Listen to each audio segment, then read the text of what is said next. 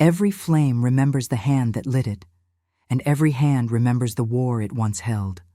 The chapel smelled of old stone and older prayers. Thomas knelt before the altar, his withered legs folded beneath him like broken branches, candlelight trembling across his scarred face. 16 years old, and he had already buried more souls than most men bury in a lifetime. The war had taken his legs when he was 12, a shell, miscalculated timing, and suddenly the world existed only from the waist upward. His mother had wept for a week, then stopped entirely, as though grief consumed her ability to feel. His father never came home from the Eastern Front. The house became a tomb where only Thomas moved, crawling, always crawling toward memory. Now he lit candles. Every evening, after the last light fled the village, Thomas dragged himself to the abandoned chapel on the hill. He brought candles stolen from the market, whispered names of the fallen into the darkness, and waited for the wax to weep. 43 soldiers from his village had died. He had memorized all their names, all their faces, all the particular way each one had laughed before enlisting. The chapel was no longer blessed. The priest had fled months ago when the occupation deepened. What remained was stone and silence and the persistent cold that seeped through cracks in the medieval walls. Thomas preferred it this way. God, he had decided long ago, abandoned the crippled first. He was lighting the 44th candle for Jacob, who had been his elder brother's best friend, when the footsteps came. They were deliberate, unhurried, echoing across the floor with the weight of someone who had learned long ago that fear was a luxury only the living could afford. Thomas did not turn. In occupied territory, the wise learned not to look at soldiers. The wise learned to disappear, even while visible. But this was no ordinary soldier. The footsteps stopped behind him. Thomas felt the presence before he heard the voice, a cold radiating from the figure like a winter that had learned to walk upright. When the man finally spoke, his accent was old, European, and layered with the exhaustion of centuries compressed into a single lifetime. You light candles for the dead. It was not a question. Thomas's hands trembled. The 44th candle flickered, nearly extinguishing. For those who deserve to be remembered, he whispered. The man descended the chapel steps with measured grace. Thomas risked a glance upward and felt the world tilt. The stranger was impossibly tall, dressed in the uniform of a Wehrmacht general, though the insignia seemed older than the war, older than nations themselves. His face was angular, aristocratic, and marked by a scar that ran from temple to jaw. A scar that had healed perfectly, too perfectly, bearing no trace of the violence that must have created it. But it was his eyes that froze Thomas completely. They were silver, ancient, and infinitely sad. I am General Mikhail Voss, the man said, kneeling beside the boy with a fluidity that seemed to defy the stiffness war carved into all soldiers. I have walked many battlefields. I have seen men die in ways that still visit my dreams, if I still dream, which I no longer do. He paused, studying the lit candles. What is your name, boy? Thomas. And how many of these flames burn for your own kin? Thomas's jaw tightened. 1. My father. They told us he was killed at Stalingrad, but they never sent his body, so I light a candle for the man he might have become instead. Voss reached out with one pale hand and gently touched the candle meant for Thomas's father. The flame did not flicker. Your father, Voss said quietly, was a good soldier. I remember him. He protected a younger boy during the retreat. He died protecting someone who was not his blood. The general turned to face Thomas directly. That is the only kind of death worth remembering. Thomas felt something break open inside his chest, not painfully, but the way a tomb feels when light enters it for the first time in centuries. How do you know? Because, Voss said, and his voice carried the weight of empires fallen to dust, I have spent 200 years learning the difference between death that matters and death that merely occurs. and I have learned that the crippled often see more truth about sacrifice than the whole ever will." The general rose, his uniform seeming to absorb the candlelight rather than reflect it. "Tomorrow night, light a candle for me, Thomas. Light it for a man who once believed that immortality was a gift. Light it for the moment he discovers it is a curse that only another soul, broken, forgotten, fierce, can redeem." He turned to leave, his footsteps echoing backward into shadow. Thomas called out, his voice barely audible, "Will you come back?" Voss paused at the chapel threshold. Without turning, he answered, "Yes, because some of us have been dying our entire lives, and you, Thomas, are the first flame in 2 centuries that does not hurt to watch burn." Then he was gone, leaving only the smell of snow and something older, something that tasted like iron and eternity. Thomas knelt alone before the candles, his legs useless beneath him, his heart no longer useless at all. In the candlelight, he saw his reflection in the old chapel glass, a broken boy who had just been chosen by something that had learned long ago that redemption was not found in the whole, but in the fractured places where light still dared to enter. Subscribe if you believe mercy can resurrect even the damned. Chapter 2. The General's Confession. The snow fell in sheets the second night, each flake carrying the memory of a sky that had forgotten how to be blue. Thomas arrived earlier, his arms burning from the crawl up the chapel hill, his breath leaving small ghosts on the frozen air. He had prepared something, not consciously, but his hands had moved without permission, gathering twine and binding together dried flowers, the last remnants of a garden his mother had abandoned. A gift. For what? He could not articulate. General Mikhail Voss was already waiting, standing at the chapel's far window, his silhouette framed against the winter darkness. He did not turn as Thomas entered, but his shoulders shifted, a subtle acknowledgement that required no words. "I came back," Thomas said, stating the obvious because sometimes the obvious needs to be spoken aloud, to be made real by the sound of a human voice. "I know," Voss replied. "I have been here since yesterday, waiting to see if you would return, or if you would choose the safer path, the one that keeps the living alive." He finally turned, and in the candlelight, his face seemed even more tragic, as though sorrow had weight that only accumulated with years. "You chose this. You chose to come back to a man who smells of battlefields and older sins." Thomas wheeled himself closer, the dried flowers trembling in his hands. "What are you?" "Human once," Voss said, accepting the flowers with reverence, bringing them to his face as though they carried the scent of a world he had lost. "German once. A man who loved a woman once, 217 years ago." He set the flowers gently on the altar. "All the once things pile up, you understand. They become a weight so heavy that even immortality cannot carry them." He sat beside Thomas, and the boy noticed that Voss moved with the deliberation of someone relearning how to inhabit flesh, as though his body was a suit that no longer quite fit. "I was turned by a woman named Adelaide. She loved me, or she loved what she thought I could become. In 1807, we seemed like such a logical choice, 2 people who would never decay, never diminish, never disappoint each other because disappointment requires the passage of time." He paused, his silver eyes reflecting candlelight like mirrors of bone. "I was wrong about everything." "What happened to her?" Thomas asked. "She learned that immortality cannot cure the human heart of its predatory nature. She learned that without death to give life meaning, existence becomes a long, slow hunger. She learned that love, without the possibility of loss, becomes indistinguishable from possession."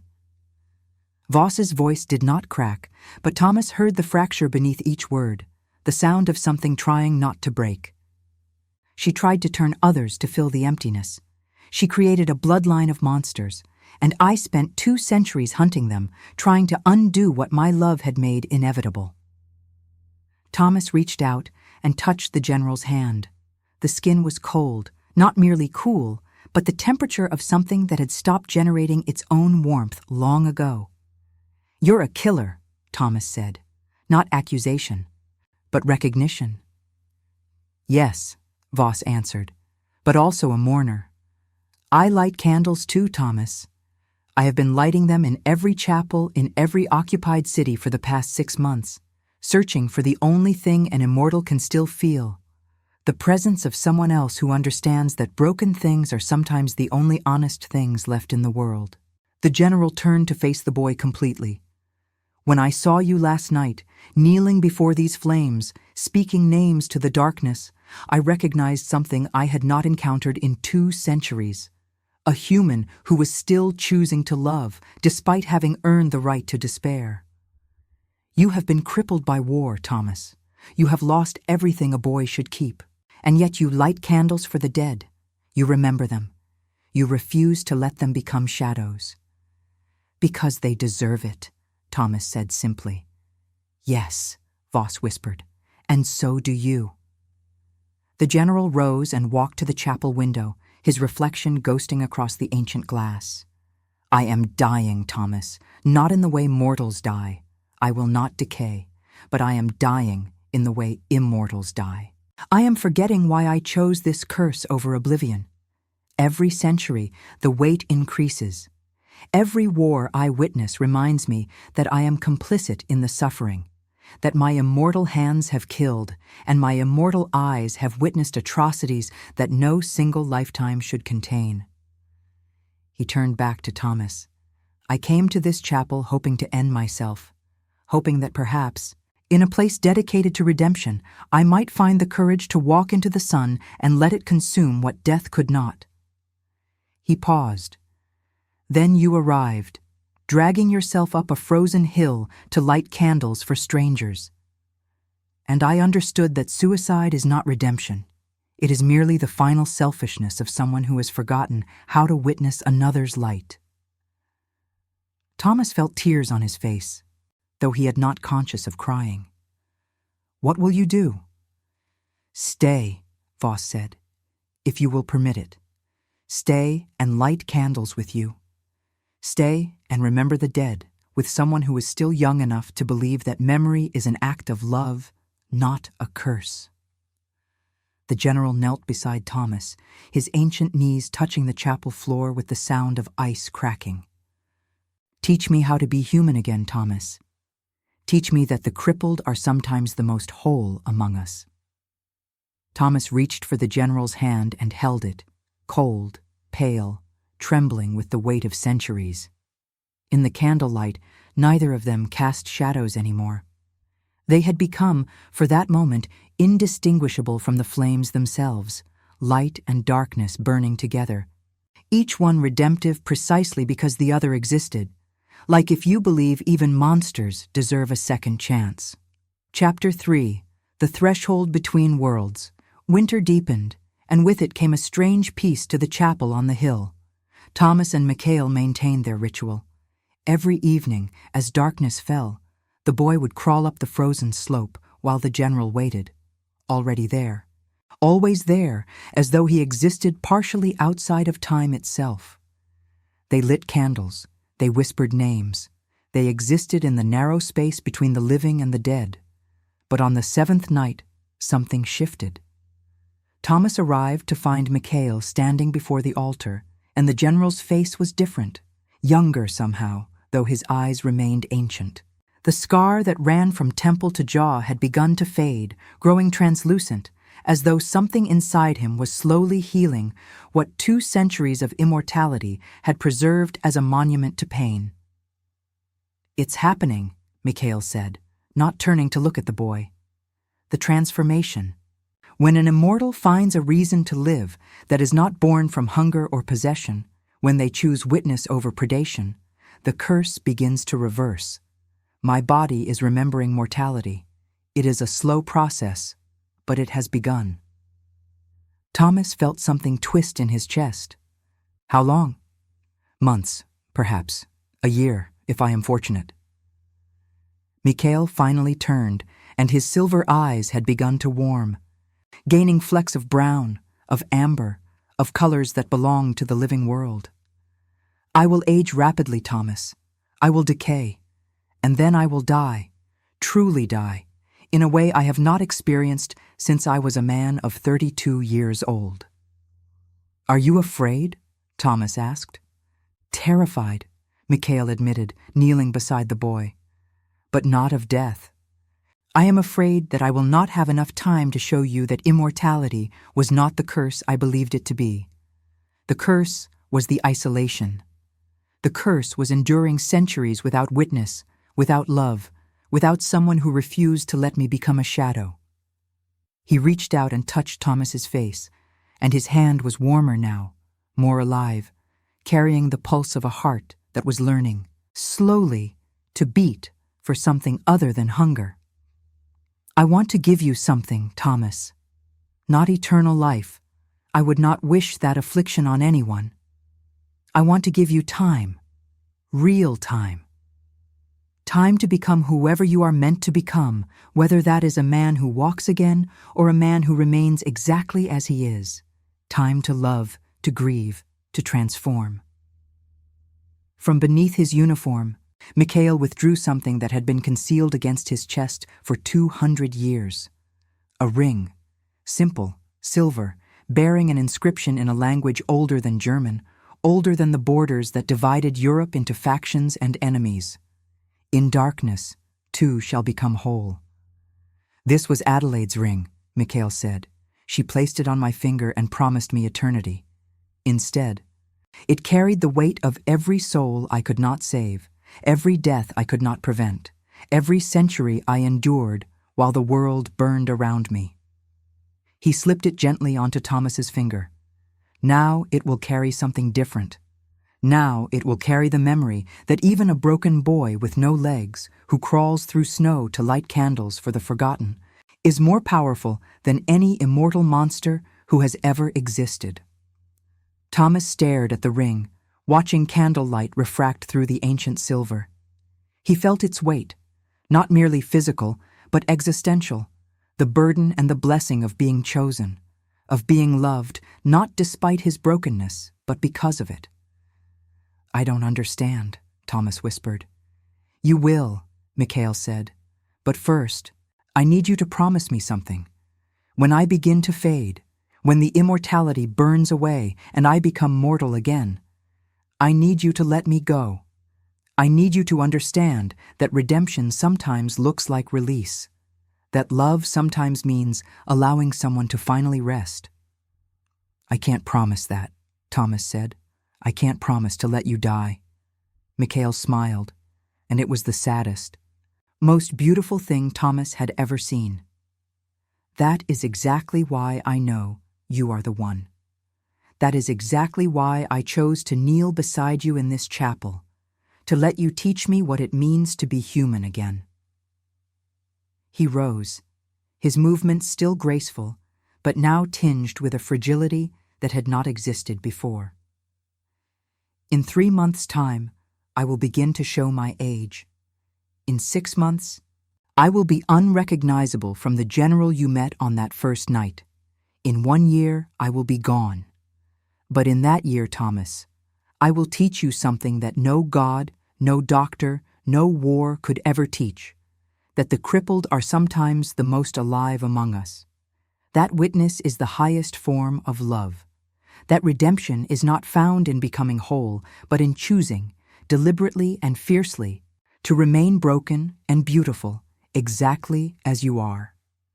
The general extended his hand. Will you spend this year with me? Not as a general and a boy, but as two souls who have learned that immortality was never about duration. It was about the moment when someone finally looks at you and sees not what you have lost, but what you have chosen to preserve. Thomas took his hand. In the candlelight, they cast a single shadow, no longer two separate forms, but one unified darkness, complicated and complete. The chapel bells, which had been silent for years, suddenly began to toll. Neither of them had rung them.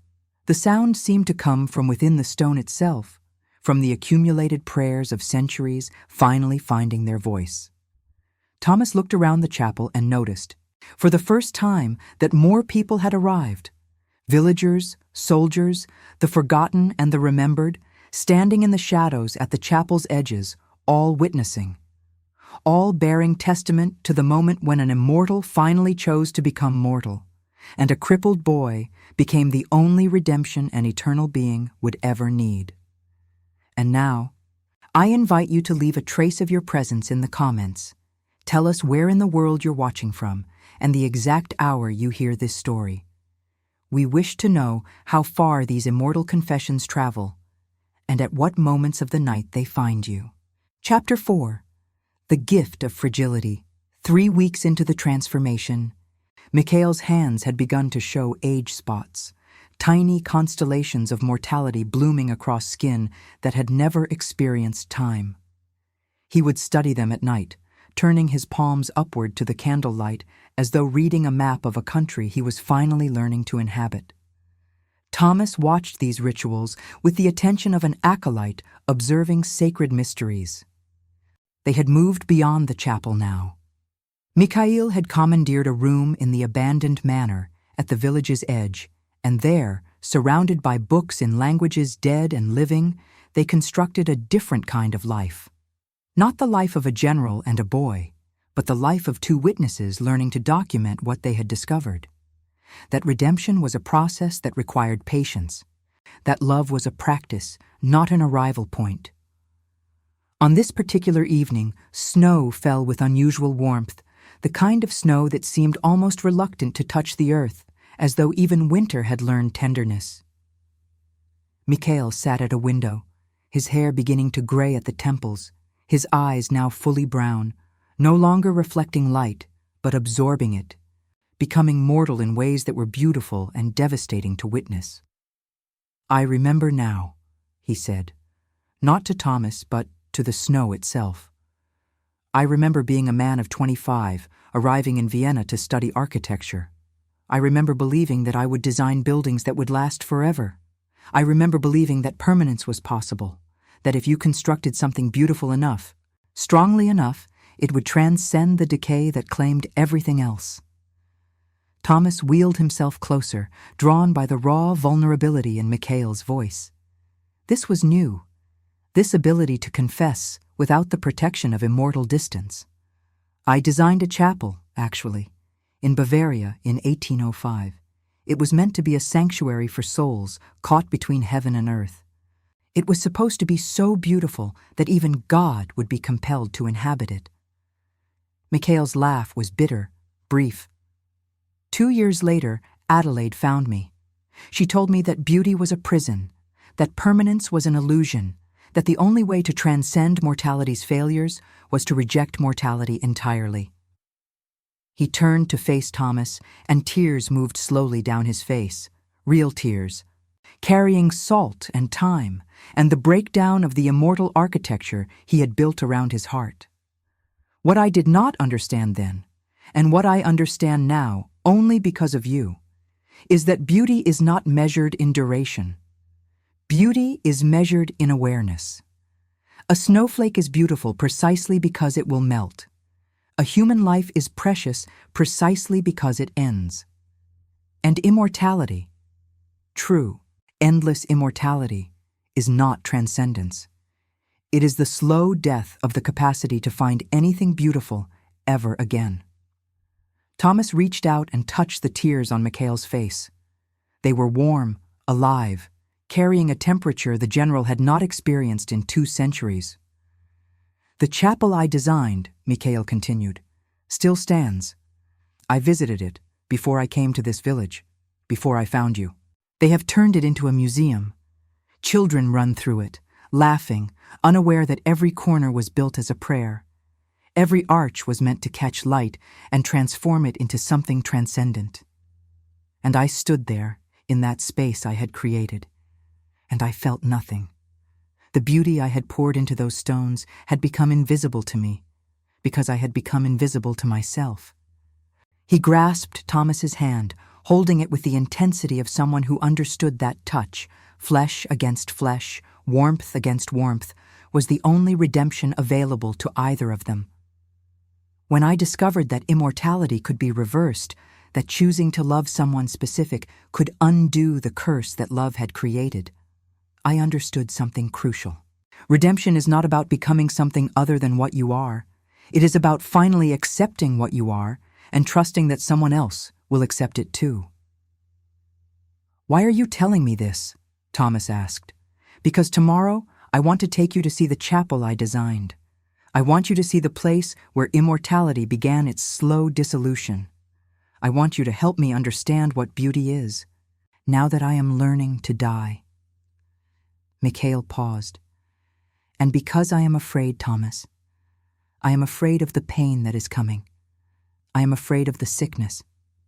I am afraid of becoming frail, of becoming the kind of creature that requires care, that is burden rather than shelter. I have spent 2 centuries being impenetrable, and I do not know how to be vulnerable." Thomas felt something shift in his own heart, a recognition that the boy who had been crippled by war was now being asked to nurture someone learning to be crippled by time itself.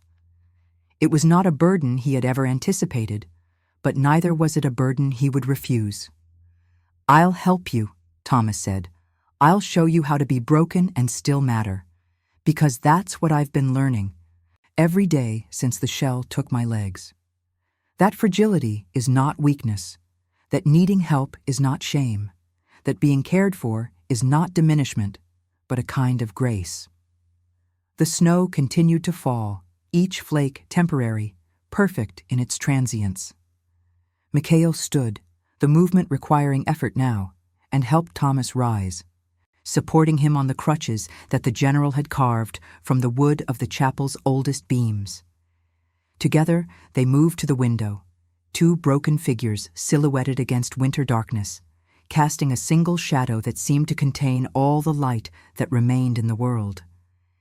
"In the morning, we will go to see my chapel," Mikhail said, "and I will show you that even the most carefully constructed permanence is only ever beautiful when viewed through the lens of someone who understands that all beauty is temporary, all love is fragile, and all redemption requires the willingness to shatter completely." Thomas rested his head against Mikhail's shoulder, which was now less broad, less imposing, as mortality reclaimed what immortality had suspended. "I'm ready," he whispered. And in the silence that followed, they understood that readiness had never been the question. The question was only ever whether you would allow yourself to be witnessed, to be loved, exactly as you were becoming. Chapter 5. The Chapel of Memory. The journey to Bavaria took 2 weeks. They traveled by carriage, Mikhail growing visibly weaker with each passing day, his hair graying entirely, his movements becoming slower, more deliberate. Thomas had insisted on coming along, despite Mikhail's attempts to protect him from the sight of accelerated aging. The general's transformation was not gentle or beautiful.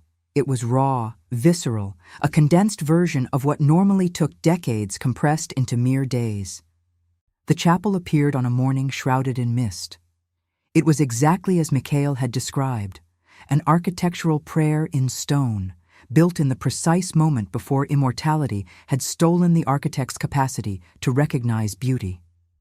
The morning light moved across its spires like fingers learning to read a language they had forgotten.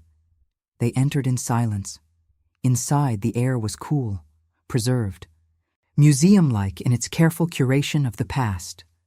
Thomas noticed immediately that Mikhail moved differently here, not the stumbling gait of a man whose body was betraying him, but the precise steps of someone returning to a place they had created, walking through the geometry of their own intention as though through a dream. At the chapel's heart stood a single window, tall and intricate, depicting a figure that was neither saint nor demon, but something in between, a being of light and shadow, caught in the moment of choosing between transcendence and annihilation. "That's me," Mikhail said, and his voice carried the exhaustion of centuries compressed into confession. "That's Adelaide's interpretation of what I would become. The angel who chose darkness, the soldier who chose surrender." He reached out to touch the window, and the morning light refracted through his aging fingers, creating patterns on the chapel floor like a language only light could speak. Thomas wheeled himself closer, studying the figure in the glass.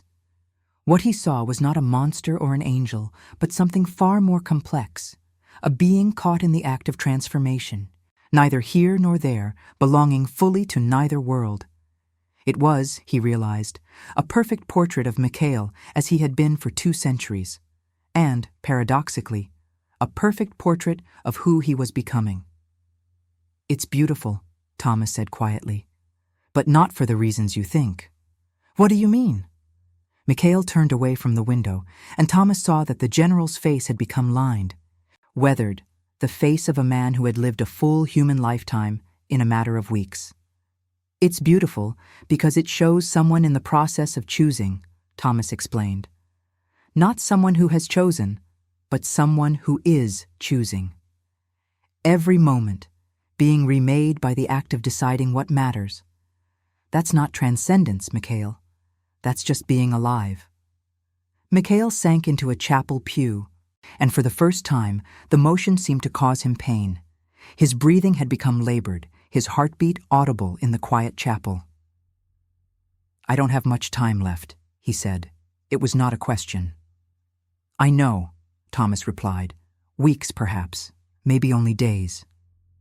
Mikhail's hands trembled as he spoke. "The transformation is accelerating. My body is remembering how to age, and it is doing all of that aging at once, trying to catch up with all the centuries I escaped." Thomas wheeled himself to sit beside the general. He took Mikhail's shaking hand and held it against his own chest so the older man could feel the young heart still beating, still believing in the possibility of tomorrow. "Tell me about Adelaide," Thomas said. "Tell me about the woman who made you immortal." Mikhail was quiet for a long moment. "She was magnificent," he finally said. "Cruel and brilliant and utterly convinced that immortality was a gift. She loved me the way a collector loves a rare artifact, as something to be preserved, perfected, insured against the decay that claims ordinary things. For the first 50 years, I believed her. For the first 100, I did not yet understand the difference between being loved and being owned. What changed?" "I changed," Mikhail said simply. "I began to notice that immortality did not preserve passion, it merely extended numbness. That eternal youth did not prevent boredom. That the only thing that grew alongside my centuries was an appetite for destruction that could only be satisfied by making others like me, cursed and eternal and utterly alone." He turned to face Thomas, and his eyes, now fully human eyes, carried the weight of genuine remorse. "I became a monster, Thomas, not because immortality made me cruel, but because immortality made me incapable of understanding that cruelty could matter, that the suffering I caused had weight, had consequence, had meaning." "And now?" Thomas asked. "Now I understand that consequence is the only thing that matters. Now I understand that because I am dying, everything I do in these final days has weight it could never have possessed when I believed I had infinite time." Mikhail squeezed Thomas's hand. "Now I understand that you, this broken boy who crawls up frozen hills to light candles for the forgotten, are the only redemption 200 years could ever provide. You are my consequence. You are my meaning. You are the proof that immortality was not a curse until I chose to stop loving and started merely enduring." The light in the chapel shifted, and for a moment the figure in the window, the angel caught between worlds, seemed to move, to transform, to finally complete the choice that had been suspended there for centuries. "Take me back to the village," Mikhail whispered. "Take me back to the chapel where you light candles. I want to die there, Thomas. I want my last breath to be surrounded by the names of the forgotten, the remembered, the dead who mattered because someone loved them enough to keep their memory alive." I want my death to be witnessed by the same boy who taught me that immortality was never about duration. It was always about depth. Thomas pulled Mikhail close, and together they sat in the chapel of the general's own design, surrounded by the architecture of a man who had once believed that beauty could be permanent, learning finally that the only permanence was change itself. Chapter 6. The vigil begins. They returned to the village on a Tuesday morning shrouded in fog. Mikhail could barely walk, and Thomas had begged a carriage from a sympathetic villager, though the driver asked no questions about the ancient man who seemed to be decaying hour by hour, shedding years like an animal shedding skin, each moment stripping away another layer of the immortality that had preserved him for so long. The chapel was prepared. Word had spread through the village, whispered surely, about the mysterious general who had arrived at the beginning of winter and was now departing it in the form of a dying man. The priest, returned from his exile, had sanctified the chapel again, removing the curse of abandonment that had rested there for years. Thomas arranged Mikhail in the center of the chapel, on a bed of blankets and candlelight. The general's transformation was nearly complete. He was now visibly ancient, his body shrunken, his breathing a careful negotiation with lungs that were learning, for the first time, what it meant to exhaust themselves. His hair had turned white entirely, his skin translucent, marked with the map of every year he had stolen from time itself. "The candles," Mikhail whispered. "Keep lighting them. Keep speaking the names. That is how I will know I am still being witnessed, even as I fade." Thomas nodded and began his ritual anew, but this time with an awareness that each candle lit was not only for the fallen dead, but for the falling God beside him, the immortal who had chosen mortality, the general who had learned too late and exactly in time what it meant to matter. The vigil lasted 6 days. Villagers came, at first in small groups, then in larger numbers, drawn by something they could not name. They brought food, though Mikhail could no longer eat. They brought water, which he sipped with the reverence of someone tasting something precious. They watched, silently, as a man died who had already been dying for 2 centuries. Thomas did not leave his side. He slept in shifts, his broken body requiring less position than Mikhail's, which seemed to be composing itself into stillness, rehearsing the permanent rest that was coming. The boy held the general's hand and spoke to him during the long nights, telling him stories, some of his own life before the shell took his legs, some invented from whole cloth, all of them tender, all of them true. "Do you remember," Thomas whispered on the 3rd night, "when I asked if you were afraid? You said you were terrified of death, but you've been less afraid as the days have passed. Why?" Mikhail's eyes, milky now, turning white like those of a newly blind man, shifted toward Thomas. "Because," the general answered, his voice thin as paper, "I finally understand that fear is only possible for people who believe their life will continue. Fear is the sound of the future making demands. But I have no future, Thomas. I only have this moment, and this moment is filled with your presence, and your presence has made fear irrelevant." On the 5th night, Mikhail could no longer speak. Thomas continued the vigil alone, lighting candles, speaking names, the names of the dead, the names of the forgotten, and finally, the name of Mikhail, repeating it into the darkness as though voice alone could keep a soul tethered to the world. On the 6th morning, the general opened his eyes, truly opened them, for the first time in days, and looked directly at Thomas. In those eyes, the boy saw something he had not expected, not pain, not fear, not the residue of 200 years of suffering, but clarity. Pure, perfect clarity, as though the act of choosing to die had finally granted Mikhail the gift that immortality could never provide, the ability to see exactly what mattered and discard everything else. "Thank you," Mikhail whispered, "for teaching me how to be alive." Then he died. He died as the morning light moved across the chapel floor. He died surrounded by candles. He died in a chapel he had never built, in a village that was not Vienna or Bavaria or any of the grand cities where he had spent his centuries. But here, in this forgotten place, with a broken boy holding his hand, and the names of the forgotten surrounding them both like a benediction, Thomas felt the exact moment when Mikhail's hand grew cold. It was not a sudden transition, but a gradual one, as though warmth was a thing that had to be released slowly, carefully, so that the world could adjust to its absence. He held that cold hand for hours after death as the other villagers came and went, bringing priest and ritual, trying to sanctify what was already sacred. Like if you believe, even monsters deserve a second chance. Chapter 7. The Weight of What Remains. The funeral was held on a morning of perfect silence. Snow had not fallen for 3 days, and the village seemed to be holding its breath, waiting for something to break, waiting for the world to acknowledge that an immortal had died and the balance of the universe had shifted infinitesimally, a fraction of a degree, but enough to be felt by anyone paying attention. Thomas sat in the front of the chapel, and for the first time since he had begun his vigil of candles, he did not light any. Instead, candles had been lit for him. The priest, the villagers, even the mayor, who had turned a blind eye to the occupation, all of them participating in the ritual that Thomas had created and refined and made sacred through his own persistence.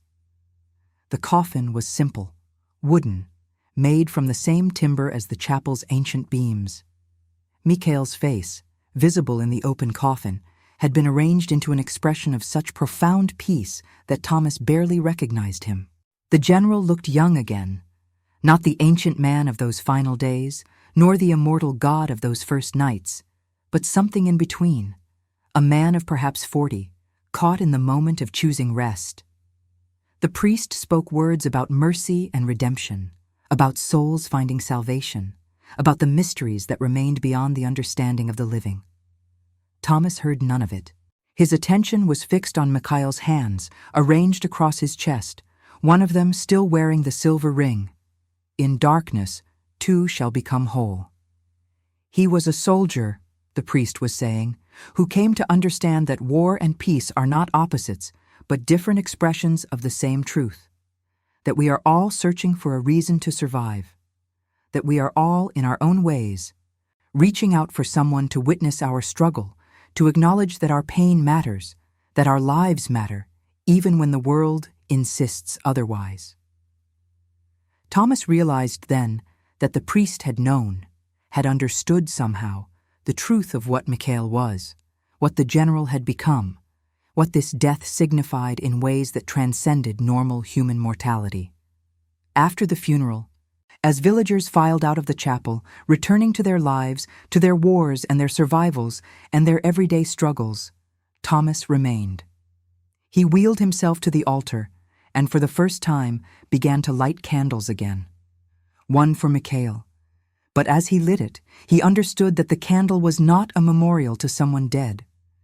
It was a recognition of someone transformed. Mikhail had taught him something crucial in those final days.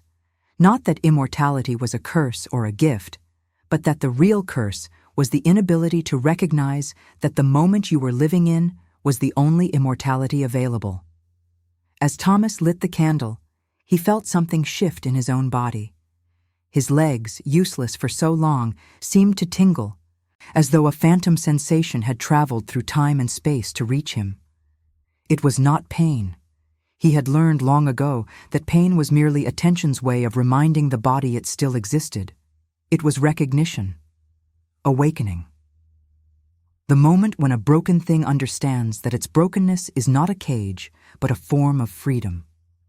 Over the following weeks, Thomas's legs began to strengthen. Not miraculously. That was a story for folk tales, not for the world of consequence and careful transformation that he had learned to inhabit. But gradually, through physical will and something else, something like grace, something like the lingering touch of an immortal who had learned how to give gifts even after dying. The priest noticed first. "Your legs," he said one evening as Thomas came to light the evening candles. "You're walking." "Not walking," Thomas replied. "Learning how to walk. There's a difference. Learning requires witnesses. Walking just requires legs." 6 months after Mikhail's death, Thomas could traverse the chapel without crutches. 6 months after that, he began to help the priests serve the village, carrying water, arranging flowers, performing the small rituals that transform a building from stone and memory into something that feels like home. But he never stopped lighting candles. Every evening, at dusk, Thomas moved through the chapel and lit candles for those who had died, the soldiers from his village, the forgotten nameless dead, the lost and the mourned. And always, last, he lit one for Mikhail. On the 2nd anniversary of the general's death, Thomas lit a candle and realized something crucial. Mikhail had not simply given him the ability to walk again. The immortal had given him something far more precious. He had given him the understanding that redemption is not about becoming what you were before your breaking. It is about becoming precisely who you need to be to honor the breaking itself. As Thomas lit the final candle, he felt Mikhail's presence in the chapel, not as a ghost or a haunting, but as a residue of intention, a thickness in the air that suggested someone profound had been here, had chosen this place, had understood that love was not about duration, but about depth. The candle burned bright and steady. Chapter 8. The Eternal Witness. 5 years had passed. Thomas was now a man fully formed, no longer the broken boy who had crawled up frozen hills, but someone who had been remade by love and loss and the careful accumulation of small, intentional choices. The chapel had become something unexpected. Pilgrims came now, drawn by stories they could not quite articulate, seeking something they could not quite name. They came for the candles, for the ritual, for the sense that in this place, broken things were not hidden away, but honored, witnessed, made sacred. Thomas had become the keeper of the chapel. He had refused holy orders, had refused the title of priest, had refused every attempt to systematize or formalize what had begun as a simple act of remembrance. He was simply Thomas, the crippled boy who had learned to walk, who lit candles for the dead, who had loved an immortal God enough to teach him how to die. The ring still rested on his finger.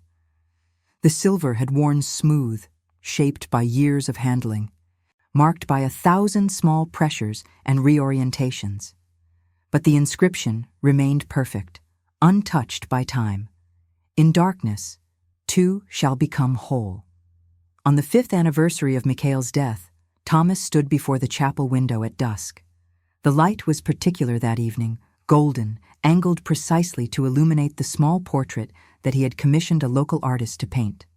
It hung now in the chapel, positioned so that visitors would see it as they entered. 2 figures, one ancient and one young, surrounded by candles. Neither was clearly victor or victim, savior or saved. They were simply 2 broken things learning to hold each other upright. "I understand now," Thomas whispered to the image, to the memory, to the lingering presence that had never quite left the chapel. "I understand what you were trying to tell me on that first night. Every immortal was once someone who chose not to die. But redemption isn't about achieving immortality. It's about being witnessed while you choose to live, right now, exactly as you are, for exactly as long as you are given." A young man appeared in the chapel threshold. He was thin, haunted, carrying the particular exhaustion of someone who had been broken by violence and was still learning how to reclaim the world. Thomas recognized him immediately, not by sight, but by the way he moved, the way his eyes scanned the chapel, looking for something he could not articulate. "Why do you come here?" Thomas asked gently. "I don't know," the young man replied. "I was told that in this chapel there is a man who lights candles for those the world forgot, that in this place broken things are made beautiful."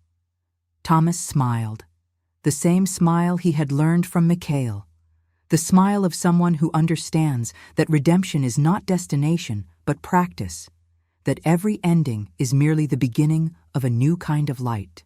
"Then you've come to the right place," Thomas said. "Come, I'll teach you to light candles. I'll teach you the names of the forgotten.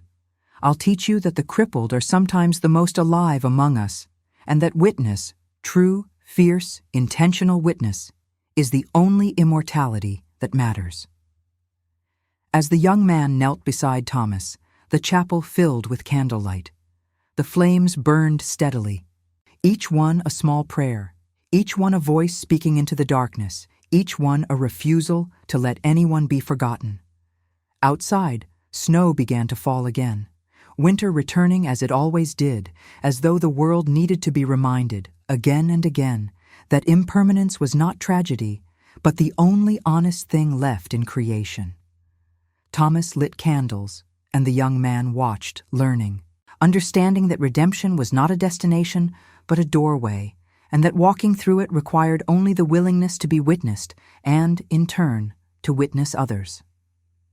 The chapel doors remained open, the candles continued to burn, and in the darkness, two souls became whole, not because they were saved, but because they had chosen, deliberately and fiercely, to remain broken, together, exactly as they were meant to be.